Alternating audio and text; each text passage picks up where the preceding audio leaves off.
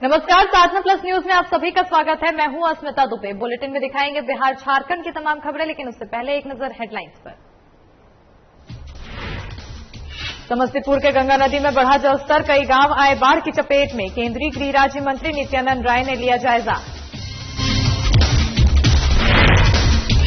Bihar cabinet बैठक में पंचायत चुनाव पर सरकार की लगी मुहर। 11 चरणों में पंचायत चुनाव होगा संपन्न। 24 अगस्त को पंचायत चुनाव को लेकर अधिसूचना होगी जारी।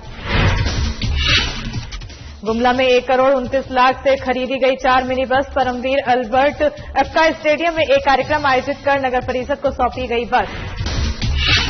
और रामगढ़ एसडीएम जावेद हुसैन ने की छापेमारी। पतरातू में अवैध बालू से लदे 3 हाईवा का किया जब्त। आरोपी से पूछताछ में जुटी पुलिस।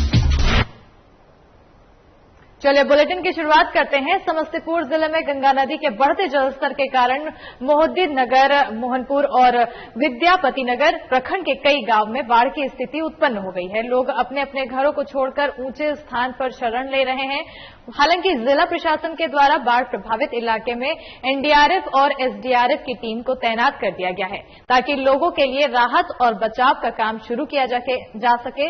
वहीं केंद्रीय गृह राज्य मंत्री नित्यानंद राय मोटर बोट के इलाके पहुंचे और बाढ़ प्रभावित इलाकों का उन्होंने जायजा लिया। उन्होंने मोहनपुर, मोहिउद्दीन नगर प्रखंडों का दौरा किया और लोगों को मदद का भरोसा दिलाया। गृह राज्य मंत्री ने जिला प्रशासन के द्वारा चालू राहत शिविर का भी जायजा लिया और उसे संतोषजनक बताया।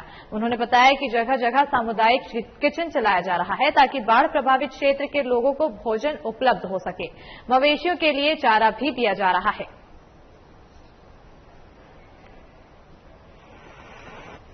तो समस्तीपुर जिले में गंगा नदी का भी जलस्तर बढ़ गया है, अब जिससे लोगों को परेशानी हो रही है। और इसी के चलते केंद्रीय गृह राज्य मंत्री, माफ कीजिएगा, केंद्रीय गृह राज्य मंत्री नित्यानंद राय ने मोटर बोट के जरिए इलाके का जायजा लिया और लोगों को पूरी राहत पहुंचाने का आश्वासन भी दिया। इसके साथ ही भोजन और जो भी मदद की चीजें उपलब्ध कराई जा रही है लोगों को, उसका भी उन्होंने जायजा लेकर और सभी को राहत दिलाने की पूरी आश्वासन दिया। उन्होंने बताया कि जगह जगह सामुदायिक किचन चलाया जा रहा है, ताकि बाढ़ प्रभावित क्षेत्र के लोगों को भोजन उपलब्ध हो सके और मवेशियों के लिए भी चारा पूरी तरह से दिया जा रहा है, ताकि किसी भी तरह की लोगों को परेशानी ना हो सके।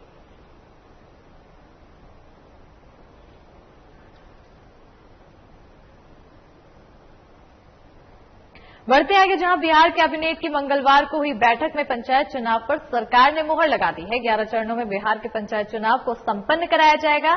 आपको बता दें कि कुछ दिन पहले ही आयोग ने पंचायत चुनाव को लेकर सरकार को प्रस्ताव भेजा था, जिसके बाद मंगलवार को बिहार कैबिनेट में पंचायत चुनाव को लेकर प्रस्ताव पारित किया गया है। इसके साथ ही 24 अगस्त को पंचायत चुनाव को लेकर अधिसूचना जारी की जाएगी। वहीं पहले चरण का मतदान 24 सितंबर को होगा। पंचायती राज विभाग की अधिसूचना के अनुसार राज्य में पंचायत चुनाव 11 चरण में होंगे। पंचायत चुनाव 24 सितंबर, 29 सितंबर, 8 अक्टूबर, 20 अक्टूबर, 24 अक्टूबर, 3 नवंबर, 15 नवंबर, 24 नवंबर, 29 नवंबर, 8 दिसंबर और 12 दिसंबर को होगा। 24 सितंबर को पहला चरण का मतदान होगा। कैबिनेट की बैठक में चुनाव कराने पर मुहर लगा दी गई है और मुख्यमंत्री नीतीश कुमार की अध्यक्षता में मंगलवार को हुई राज्य कैबिनेट की बैठक में कुल 17 प्रस्तावों को मंजूरी दी गई है। कैबिनेट के अपर मुख्य सचिव संजय कुमार ने प्रेस कॉन्फ्रेंस में कहा कि बाढ़ क्षेत्रों में अंतिम चरणों में मतदान होंगे। गौरतलब हो कि 6 पदों के लिए ग्राम पंचायत और ग्राम कचहरी के चुनाव होने हैं। इनमें मुखिया, पंचायत समिति सदस्य, जिला परिषद सदस्य, वार्ड सदस्य, सरपंच और पंच के पद शामिल हैं।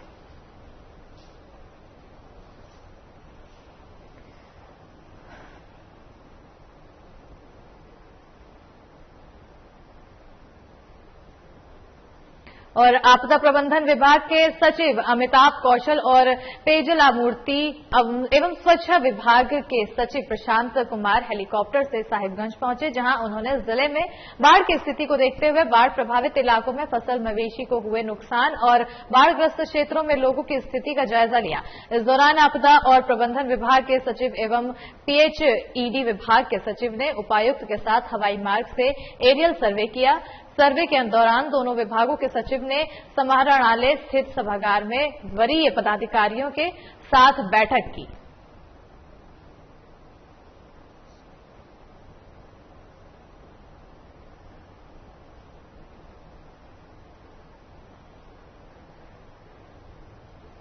खबरों में आगे बढ़ते हैं, जहां 1 करोड़ 29 लाख से खरीदी गई 4 मिनी बस 4 अलग अलग रूटों पर चलेगी। खबर गुमला से है, जहां अब मिनी बस का परिचालन किया जाएगा। दरअसल गुमला नगर परिषद ने यहां के निवासियों की सुविधा के लिए 4 मिनी बस खरीदी है। परमवीर अल्बर्ट एक्का स्टेडियम में एक कार्यक्रम आयोजित कर बस नगर परिषद को सौंपा गया। आपूर्तिकर्ता ओरिजिन ट्रैकिंग रांची के एरिया मैनेजर पीयूष नंदन सिंह ने नगर परिषद अध्यक्ष दीप नारायण उराव, उपाध्यक्ष कलीम अख्तर और एसडीओ रवि आनंद को संयुक्त रूप से बस की चाबी प्रदान की। इसके बाद जनप्रतिनिधियों ने अधिकारियों और वार्ड पार्षदों सहित कर्मियों के स्टेडियम परिसर में बस की सवारी ली।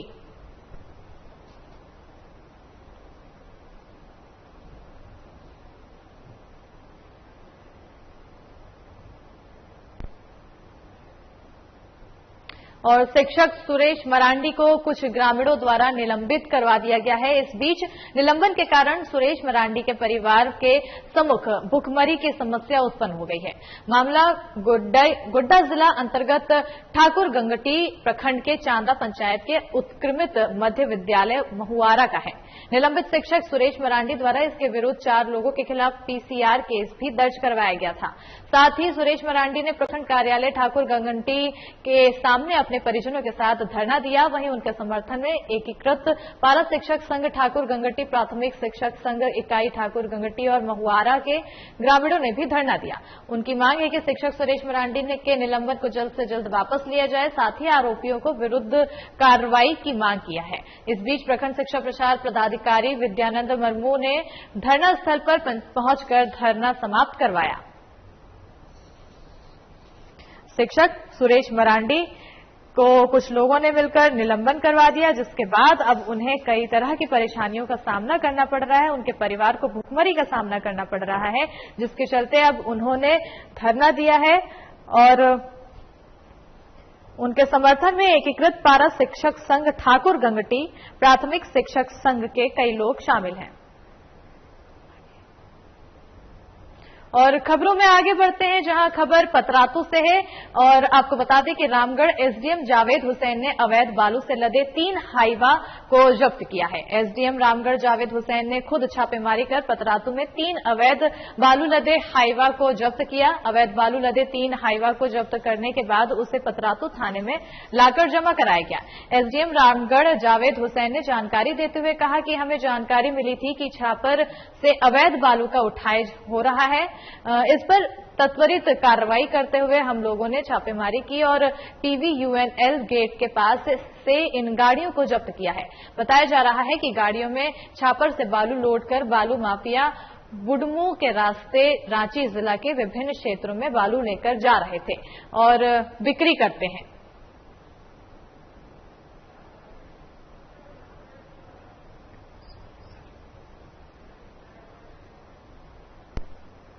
और वक्त हो चला एक छोटे से ब्रेक का। ब्रेक के उस पार भी खबरों का सिलसिला रहेगा जारी।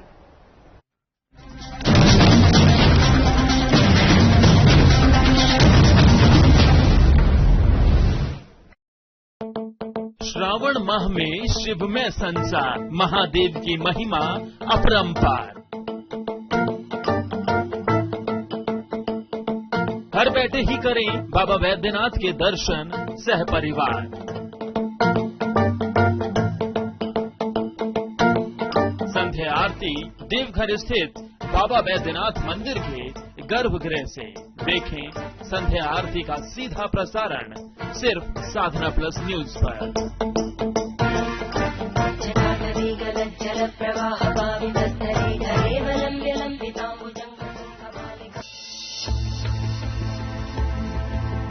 रामकृष्ण मिशन अस्पताल रांची में सेवा का एक सर्वोत्तम संस्थान।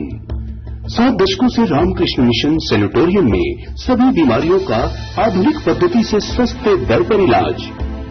अस्पताल में अनुभवी डॉक्टर और कुशल नर्सें रखेंगी आपका विशेष ख्याल।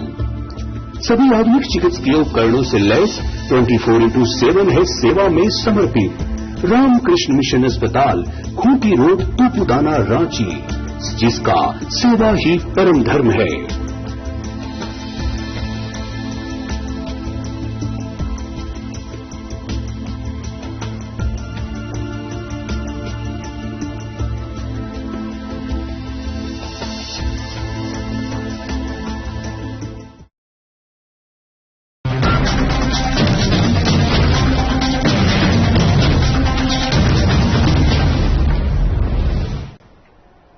ब्रेक के बाद स्वागत है और इसी बीच एक बड़ी खबर आ रही है रांची से, जहां सीएम हेमंत सोरेन आज साहिबगंज के दौरे पर हैं। बता दें, आज सीएम हेमंत सोरेन का साहिबगंज दौरा है और बाढ़ग्रस्त इलाकों का हवाई निरीक्षण करेंगे। कल सीएम के आदेश पर विभागीय अधिकारियों ने बाढ़ग्रस्त इलाके का जायजा लिया था और साहिबगंज जिले के कई प्रखंड हैं भीषण बाढ़ की चपेट में। बता दें कि लगातार बाढ़ की चपेट से लोग परेशान हैं और जगह जगह बारिश की वजह से बाढ़ आई हुई है और हर नदियों का जलस्तर बढ़ा हुआ है। इससे लोगों को काफी परेशानी हो रही है, जिसके बाद अब रांची के सीएम हेमंत सोरेन बाढ़ग्रस्त इलाकों का जायजा लेने जाने वाले हैं और इसी के चलते आज वो साहिबगंज के दौरे पर हैं। बड़ी खबर आपको बता दें रांची से, जहां सीएम हेमंत सोरेन आज साहिबगंज के दौरे पर, वहीं बाढ़ग्रस्त इलाकों का वो हवाई निरीक्षण करेंगे। इसी के साथ ही कल सीएम के आदेश पर विभागीय अधिकारियों ने बाढ़ग्रस्त इलाके का जायजा लिया था और इसी खबर पर ज्यादा जानकारी के लिए हमारे साथ जुड़ चुके हैं संवाददाता चंदन वर्मा। चंदन जी, आज सीएम का दौरा है तो इसको लेकर क्या क्या है पूरी तैयारियां? मैं बता दूं कि पूरे झारखंड में एक साहिबगंज जिला ही ऐसा है जहां से गंगा नदी गुजरती है और गंगा नदी के उफान पर होने के कारण साहिबगंज जिले के तकरीबन दर्जन भर से ऊपर गांव जो हैं वो बाढ़ से प्रभावित हैं और जो जितने भी गांव हैं लगभग सभी बाढ़ में डूब चुके हैं। वहां का जो पूरी तरह से जो जनजीवन है वो पूरी तरह से अस्त व्यस्त हो चुका है। लोगों के पास खाने के लिए दिक्कत है, कपड़े के लिए दिक्कत है, यहाँ तक कि छत के लिए दिक्कत है। तो मुख्यमंत्री ने सभी चीजों को जानते हुए अपने अधिकारियों को निर्देश दिया था, जिसके बाद आपदा प्रबंधन के जो सचिव हैं उन्होंने कल साहिबगंज जिला का हवाई निरीक्षण किया था, जिसके बाद जो है रिपोर्ट अधिकारियों को सौंपी गई और आज जो है मुख्यमंत्री खुद जो है साहिबगंज जिले का दौरा करेंगे जो बाढ़ प्रभावित क्षेत्र है।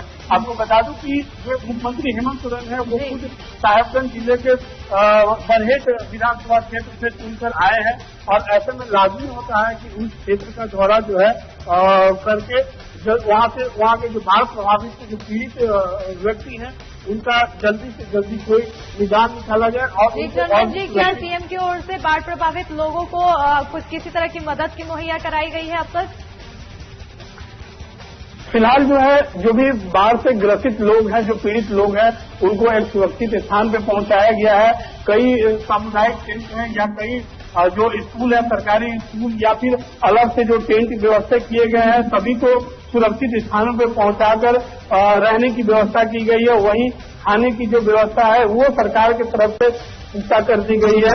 यानी जितना अभी शुरुआती दौर में लोगों पे जो नजर जा रही है, जो भी पीड़ित है, जितने भी गांव बाढ़ के पानी में डूबे हुए हैं, उन सभी जगह से लोगों को किसी तरह बचा के निकालने की कोशिश की गई है और कई लोगों को बचाया भी जा चुका है। अभी भी जो रेस्क्यू ऑपरेशन है वो लगातार जारी है और इसी बीच आज मुख्यमंत्री का भी जो बाढ़ प्रभावित क्षेत्र है वहाँ पे दौरा है। तो कहीं लगभग 3:30 से 4 बजे के बीच जो है आज मुख्यमंत्री जो है बाढ़ प्रभावित क्षेत्रों का हवाई के जरिए निरीक्षण करेंगे। उसके बाद वहीं पर जो है शाम को अधिकारियों के साथ बैठक कर आगे की जो रणनीति है और कैसे वहाँ जो पीड़ित हैं, जो फंसे हुए हैं, उनको कैसे सुविधा मुहैया कराया जाए, इन सब तमाम चीजों पे जो है आज चर्चाएं होंगी। जी, शुक्रिया चंदन जानकारी के लिए। तो लगातार गंगा नदी का जलस्तर बढ़ता चला जा रहा है और बाढ़ प्रभावित इलाकों में देखते हुए अब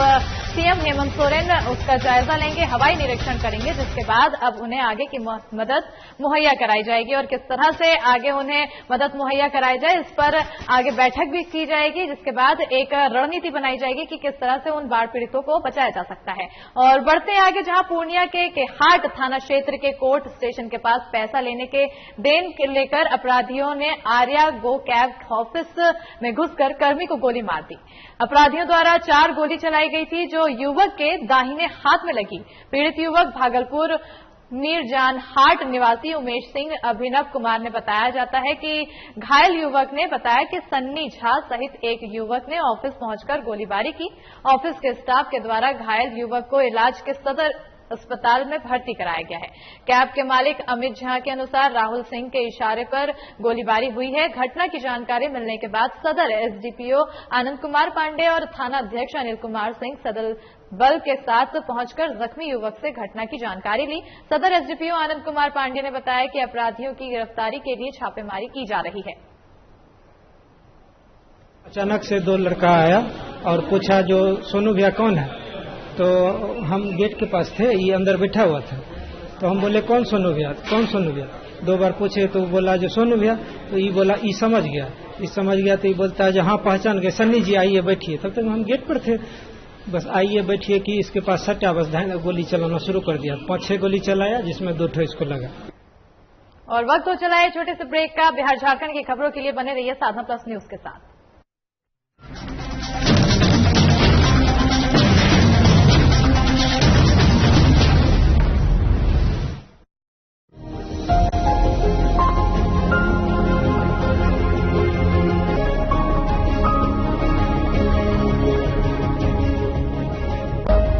देश का किसान बने खुशहाल।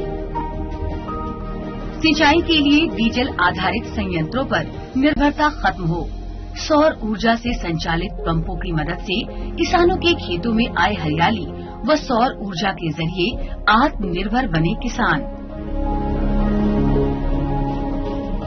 यह मंगल कामना है झारखंड के माननीय मुख्यमंत्री श्री हेमंत सोरेन की।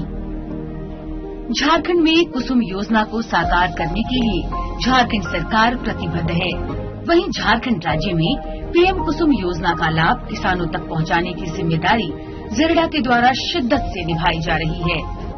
पीएम कुसुम योजना के तहत वैसे इच्छुक किसानों को सहायता दी जाती है जिनके पास पर्याप्त कृषि भूमि हो और वे अपने खेतों की सिंचाई हेतु सोलर वाटर पंप लगवाना चाहते हैं।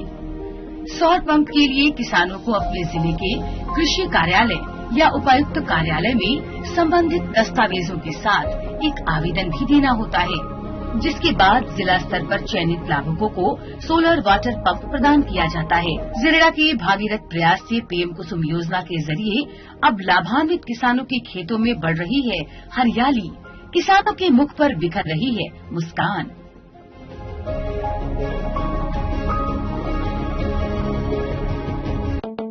श्रावण माह में शिवमय संसार, महादेव की महिमा अपरंपार।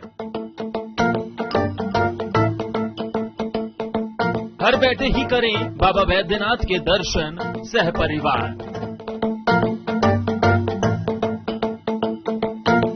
संध्या आरती देवघर स्थित बाबा वैद्यनाथ मंदिर के गर्भगृह से देखें संध्या आरती का सीधा प्रसारण सिर्फ साधना प्लस न्यूज पर।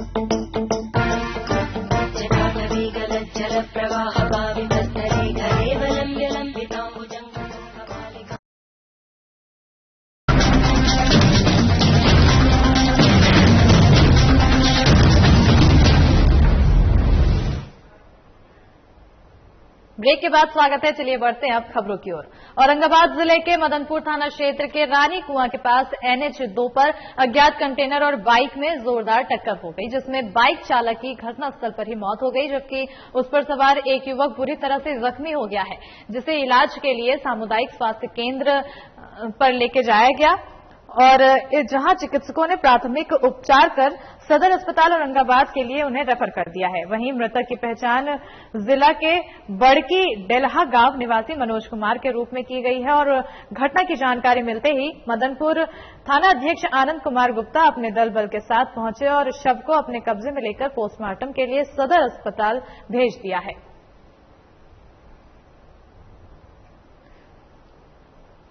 औरंगाबाद से दर्दनाक खबर, जहां अज्ञात कंटेनर और बाइक में जोरदार टक्कर हुआ, जिसके बाद किस चीज से?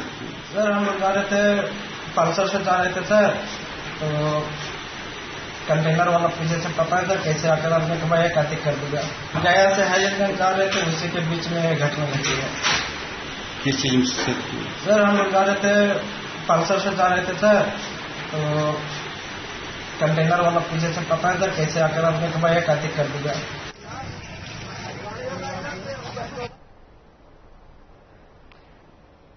और खबर हाजीपुर से है, जहां नेता प्रतिपक्ष तेजस्वी यादव ने बाढ़ग्रस्त इलाकों का दौरा किया है। इस दौरान वो महात्मा गांधी सेतु के नीचे तेरसिया दियारा इलाके में नाव के जरिए बाढ़ग्रस्त इलाके में पहुंचे, जहां उन्होंने बाढ़ पीड़ितों से मुलाकात करने के बाद पीड़ितों के बीच राहत सामग्री भी बांटी। साथ ही उन्होंने बाढ़ की भीषण समस्या को लेकर केंद्र और राज्य सरकार दोनों पर जोरदार हमला बोला। तेजस्वी यादव ने सीएम नीतीश कुमार के हवाई सर्वेक्षण पर भी सवाल उठाए हैं।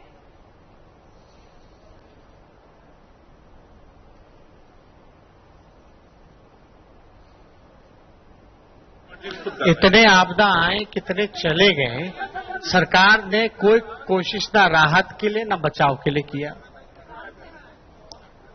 खजाना फिर भी खाली हो जाता है। कहां से? ये तो पूरी तरीके से आपदा के नाम पे घूसखोरी हो रही है। जरा ग्रामीणों से पूछिए, आज तक सरकार द्वारा राशन बांटने का काम किया गया कि नहीं किया गया? अब हम लोग निकले हैं, तब बोला जा रहा है कि कल से बांटना शुरू किया जाएगा। तो हमने तो बोला भाई जरा स्कूल में चल के दिखाई तो आपका पैकेट तैयार भी हो रहा है कि नहीं हो रहा। और खबर सासाराम से है, जहां जनता दल यूनाइटेड के नेता और रोहतास जिला के प्रभारी मंत्री अशोक चौधरी ने जेडीयू कार्यकर्ताओं के साथ बैठक की। वहीं मौके पर उन्होंने रोहतास जिले में जेडीयू को मजबूत करने की कई सुझाव दिए। मंत्री ने कहा कि पिछले विधानसभा चुनाव में रोहतास जिला जेडीयू का प्रदर्शन बेहतर नहीं रहा, उसके कारणों पर समीक्षा की जा रही है। और उन्होंने आगे कहा कि वो भवन निर्माण मंत्री के अलावा रोहतास जिला के प्रभारी मंत्री भी हैं। ऐसे में विकास की योजनाएं ज्यादा से ज्यादा रोहतास जिले में पहुंचे, उनकी जवाबदेही है। बता दें कि मंत्री अपने 2 दिवसीय यात्रा पर रोहतास आए हुए हैं। यही हम आए हैं कार्यकर्ताओं के मनोबल को बढ़ाने के लिए। कार्यकर्ताओं की ये रोहतास जिला में एनडीए के कोई भी विधायक हमारे जीत नहीं पाए हैं पिछले चुनाव में, तो कुछ न कुछ कारण रहा होगा। हमारे 3 मजबूत उम्मीदवार यहाँ थे। हमारे वशिष्ठ जी हमारे उम्मीदवार थे, यहाँ पर जय कुमार सिंह हमारे उम्मीदवार थे, हमारे यहाँ अशोक जी उम्मीदवार थे सासाराम से, ललन पासवान जी चेनारी थे। चारों उम्मीदवार मजबूत उम्मीदवार थे, लेकिन उसका कारण था इसके चलते चुनाव हार गए। क्या कारण रहा? पार्टी को नए तरह से संगठित करना, सरकार की योजनाओं को रोहतास में लाना। जो बजट बनता है बिहार में, उसमें रोहतास का शेयर, प्रॉपर जो शेयर होना चाहिए, उसका हमको लड़ाई झगड़ा करके वहां से मंत्रियों से लेकर के आना, ये मेरी जवाबदेही है। बढ़ते आगे, जहां लालू यादव के बड़े बेटे तेज प्रताप यादव के बयान से दुखी जगदा बाबू ने प्रदेश कार्यालय से दूरी बना रखी है।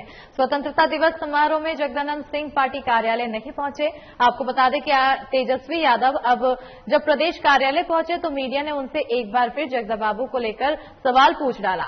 तब नेता प्रतिपक्ष तेजस्वी यादव ने जगदानंद सिंह की नाराजगी को काल्पनिक बताया। इसके साथ ही उन्होंने कहा कि जगदानंद सिंह ने अपनी नाराजगी किसी से जाहिर नहीं की है। उन्होंने कहा कि जब नाराजगी होती है उसे प्रकट करते हैं। इसके साथ ही उन्होंने ये भी कहा कि क्या आप लोगों को जगदा बाबू ने नाराजगी की बात कही है?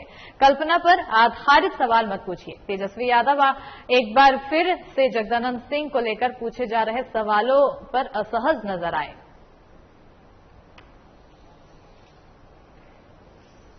तो आप जो सवाल पूछ रहे हैं, क्या जगदा बाबू जी ने आप लोगों से कहा क्यों नाराज है? कई कारण हो सकते हैं, लेकिन आपको ये बात जो है जगदा बाबू जी ने कहा है कि प्रदेश अध्यक्ष और 15 अगस्त को ठंडा करेंगे। अरे भाई, नाराजगी होती है तो वो प्रकट करते हैं ना, नाराजगी है कोई। आप लोगों से कोई नाराजगी तो है नहीं, ये तो आप लोगों का अंजम्पशन है, प्रिजम्पशन है। आप अज्यूम कर रहे हैं कि ऐसा हो सकता है, तो काल्पनिक सवाल का कोई जवाब तो होगा नहीं। खबरों में आगे बढ़ते हैं, जहां हेमंत सरकार के जन विरोधी नीतियों के खिलाफ संघर्ष अब तेज होने वाला है। बता दें कि प्रदेश बीजेपी पूरी तरह आक्रामक दिखी और प्रदेश कार्यालय में आयोजित पार्टी के प्रदेश पदाधिकारियों, जिला अध्यक्षों, जिला प्रभारियों, सभी मोर्चा के प्रदेश अध्यक्षों की बैठक में राज्य सरकार के खिलाफ सड़क पर उतरकर आंदोलन भी किया गया। आपको बता दें कि 21 अगस्त को बीजेपी के द्वारा राज्य के हेमंत सरकार की नीतियों के खिलाफ सभी 264 प्रखंड मुख्यालयों में लाखों कार्यकर्ता मानव श्रृंखला बनाएंगे।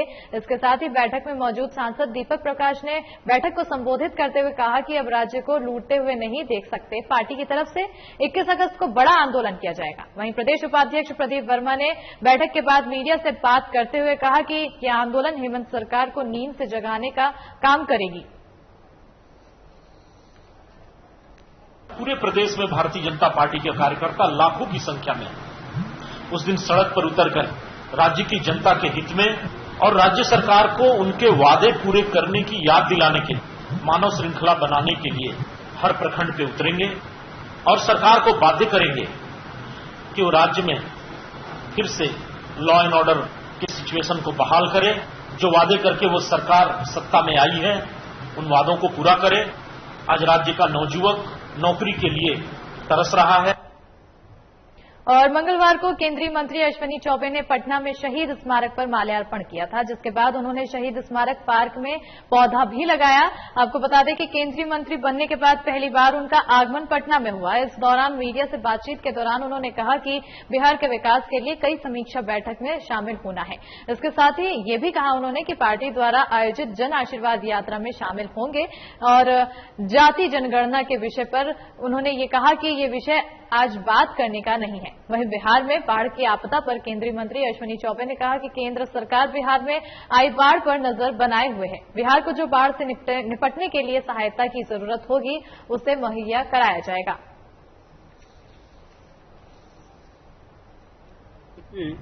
श्री नरेंद्र भाई मोदी जी के नेतृत्व में जो नई जिम्मेदारियां सबको दी गई है, नई जिम्मेदारी के बाद पहली बार पटना का शुभागमन हुआ है और पटना में आज से लेकर के कल शाम को आया 7 दिवसीय कार्यक्रम बिहार का है।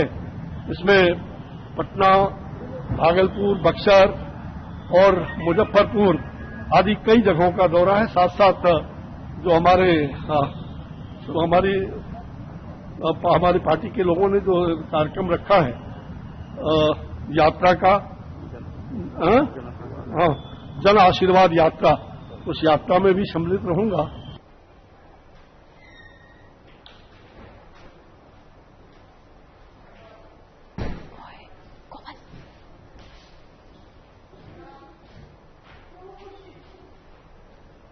और इस बुलेटिन में फिलहाल इतना ही। देख रही है साधना प्लस न्यूज। नमस्कार।